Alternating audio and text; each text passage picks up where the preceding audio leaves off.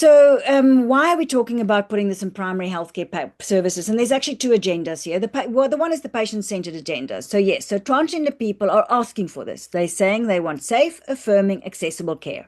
They want to be able to go to their local clinic or in their local area, go to a facility where they can get all their care. They want to be able to get their ARVs, their pre-exposure prophylaxis, their condoms, their hormones. And if we're talking about providing patient-centered care for different communities, that's certainly why we should be bringing affirmation care in there. It's also like a public health sort of, agenda from the doctors. And this is where the NSP comes from, and the key population program is that if we have gender affirming hormones accessible within our facilities, then that's actually going to be providing access for transgender people to HIV testing, pre-exposure prophylaxis, condoms, etc. So just to be clear, we're nowhere near the point where every clinic, we're not going to do NMOT with transgender people. That's not anywhere on the horizon. What the government is imagining at the moment is this key population program. So that means that every district will have a center of excellence, but that center of excellence that will provide care will be based at a clinic. So, for example, in Buffalo City Metro, we have identified PATHSA RHI, the PATHSA RHI clinic at Duncan Village Day Hospital. So Duncan Village Day Hospital has got a park home, and we are providing services from that level. And every district actually in the country should already have had a particular facility, usually within primary care, that's identified as a center of excellence. So within that setting, then we are looking to create person-centered comprehensive care, where there's this lovely collaborative way between the transgender person and the practitioner. And this is a little bit what it will look like. So at a center of excellence, for example, so at Buffalo City Metro, I stay, I go there as an outreach 2 afternoons a week. So you need somebody who can prescribe the hormones. And one of our challenges at the moment is we don't have enough doctors who's confident in actually prescribing the hormones. They're not rocket science. We're going to cover that next week. But actually, if we just have like a few doctors in a district, they can easily rotate through a clinic. Usually 1 afternoon a week will be plenty. This is not a huge number of patients at the moment, and they can be responsible for the actual prescribing of the hormones, monitoring of the bloods, etc., etc. We also want nurses, obviously, in those areas, and the nurses are the ones that's going to be checking the blood pressures when the patient comes in, but can also provide things like the pre-exposure prophylaxis. This is when NMOT comes in, can provide them with ARVs. If they've got other basic care conditions, that can be looked after within that clinic setting. And then they only need to see the doctor when they need to get their prescription, and then, of course, the pharmacist at that center of excellence. So at the moment, and we'll talk more about that next time, the drugs are based within the tertiary EML. And so that means that at the moment, the medicines are usually down referred to the center of excellence, to the pharmacist, so the patient can actually pick it up at their particular site. Not all trans people need other support. For some transgender people, if they've got a nice supportive community and they come from a nice, solid, supportive family, actually all they need is somebody that's going to give them all the information they need and is going to be able to oversee their care. Some people need extra help, and we've got amazing people in the multidisciplinary team, and within our districts we can identify. So for those of you on this call, we would like to know who within the district is a affirming social worker or affirming psychologist, for example. So this can include occupational therapists that can help people with social transition, helping a trans girl learning how to put on makeup, your speech therapists, very important, especially for our trans women in terms of helping them with voice, for example. Physios quite often around sexual function. So these are all things that can help patients with their non-medical gender affirmation. We want, if they need psychosocial support, and not everybody does, but they are a very vulnerable population. And I find usually the reason why we refer to, especially the social worker, it's got more to do with how they integrate into work, how do they integrate into schools, how do they integrate with their friends, how do they manage the conversation with their partner if they're going to transition.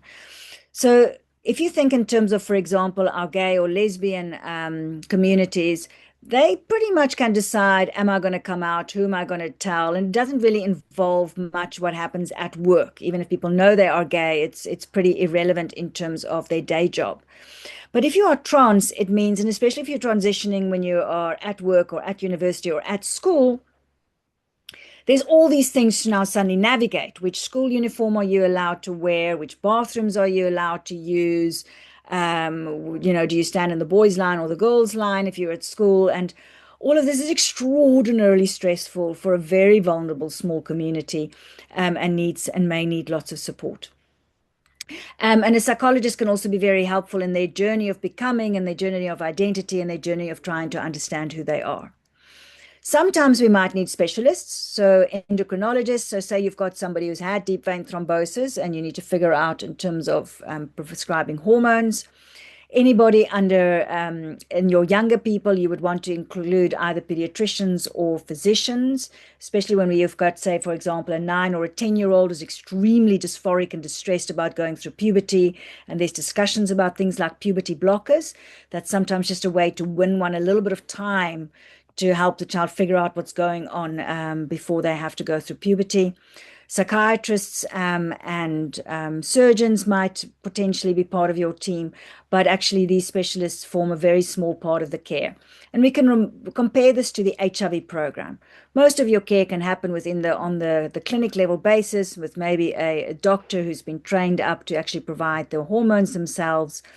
And just like in HIV, your infectious disease specialist really only gets used in very specific scenarios. So we want to, within that clinic setting, we are therefore aiming for comprehensive care. And what we're very much trying to train is what we call a sex positive approach. So being positive and respectful to all of that different sexual diversity that Pierre was also telling us about, that SOGI universe. But also important, and what we call, especially the psychologists will be very aware of this, is what we call a trauma-informed approach. And unfortunately, almost all of our transgender kids, especially from your more disadvantaged background, our transgendered people, will already have been traumatized. If it's not physical trauma, they might have gone through a lot of microaggressions, a lot of challenges when coming out to people that they love. And being able to be aware of that when we meet them and when we talk to them is very important in trying to figure out if they need extra help. So a lot of them might therefore also have depression and anxiety, be having gender dysphoria, that the feeling of you're not aligning quite often hits their confidence. And very important, if they do struggle from depression and anxiety, that's not a contraindication for the hormone therapy. And quite often we do the two at the same time. So we would therefore like to also refer them to a counselor, make sure we're also managing the mental health things. I find a lot of my transgender patients get a lot better being on the hormone therapy. Already makes a huge difference. The other thing we're unfortunately seeing in this community is a higher use of both alcohol and drug use. And this is largely contributed to gender minority stress. So all of those social factors I spoke about earlier makes them also much more vulnerable to substance use. And for example, smoking and estrogen is not a good idea. So this is also things that need to be screened for and addressed. Just a word on cancer screening, because that's just to keep in mind, for example, is that can become difficult because when you're doing cancer screening, it depends on what kind of body part you have. So, for example, you might have a trans woman that has a prostate, and you might have a trans man who has a cervix, for example. Important is that hormones certainly don't increase the risk of cancer. That's very clear, just like contraception doesn't increase your risk of cancer. But obviously, if you have a cancer that is hormone sensitive, that needs to be taken into consideration. So when we have to do screening, especially things like cervical screening in our trans men, so trans people are quite often very dysphoric and sensitive about their bodies, especially about things like the genital areas. And so something like a pap smear could be an extraordinarily traumatic procedure for them, and we have to be sensitive around those kinds of procedures. What is amazing and is available, and I'm sure we should need to look at that, and I'm sure it must be possible in public sector now as we are testing for HPV these days. So in private, they've got a self-test kit that the trans people can do. So you take a swab at home, you send that in, and it tests for the HPV mutations relevant to cancer. Breast cancer screening and prostate screening, you're going to follow the same guidelines in terms of age and cutoffs as you would for the cisgender counterpart. So, for example, if you've got a trans woman who has a prostate, then you will do her PSA at the same ages as you would do for cisgendered men with prostates. And then lastly, around fertility and contraception, very important that this discussion is the most important discussion. And this for me is the big thing around young people. So you've got 17, 18-year-olds who are starting to talk about hormones. Quite often at that stage, they think they're never going to want to have kids. The conversation for me is usually not around whether they want to have children or not, about how they feel about not having their own genetic offspring, and really having to have thought through issues like adoption, etc., and realizing also that it might affect the wishes of the partner they will eventually have. So contraception is still important. So although hormones can have an impact on your fertility, it's also not guaranteed. So there are various options one can look at. And then also, just when we do examine our clients, only conduct an examination if absolutely necessary.